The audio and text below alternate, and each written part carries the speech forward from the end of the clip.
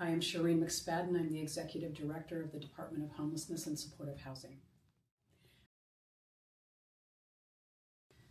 Women's Empowerment Month is really important for me personally for a variety of reasons, but I think the biggest one is that women have not achieved equality yet in our world, in any country. And so I think it's really important during the month of March to remember what gains we have made as women, what it means to be a woman leader, and really to lift up the voices of women and girls so that we all remember the importance of creating equitable spaces for women and the importance of the fight that we continue to be in for overall equality. You know, there have been so many fierce leaders who I look up to and have looked up to. I think if you're asking me names, I can say Kathy Davis, who runs Bayview Hunters Point Senior Services, Mayor London Breed, certainly folks like some of our nonprofit leaders in San Francisco who we work with today. If I start naming them, I'm going to have to name all of them, but there are a number of them who are fierce leaders in the homelessness space. And, you know, I can say that we have a number of amazing leaders in our own department, both at the executive level, at the management level, and definitely at the direct services level. I've been amazed by the women that I've seen in this department and am inspired by all of them every day. You know, I don't think I'd be in this position if I hadn't had amazing mentors, many of whom have been women.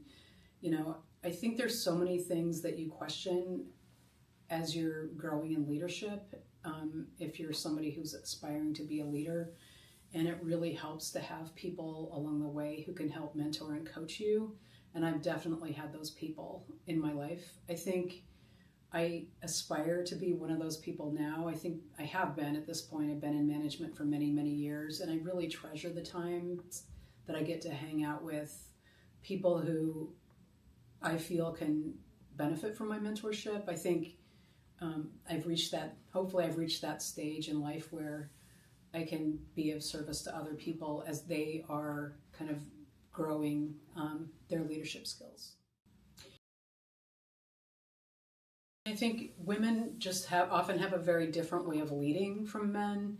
And, you know, I think it's really important to have leaders of all backgrounds, however people identify, but we have some really strong leaders who are women. And I think their leadership has been shaped by their own personal experiences. And I think, like all of us, that's what makes the nuances and the differences between different people. And so I just always think it's great to have a variety, and it's really important to have women leaders in city government in San Francisco.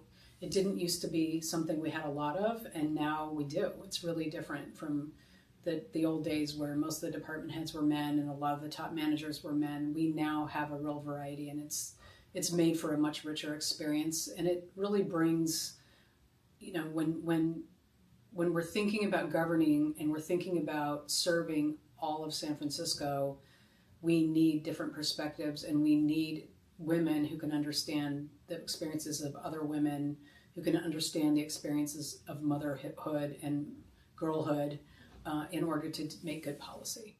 I think it's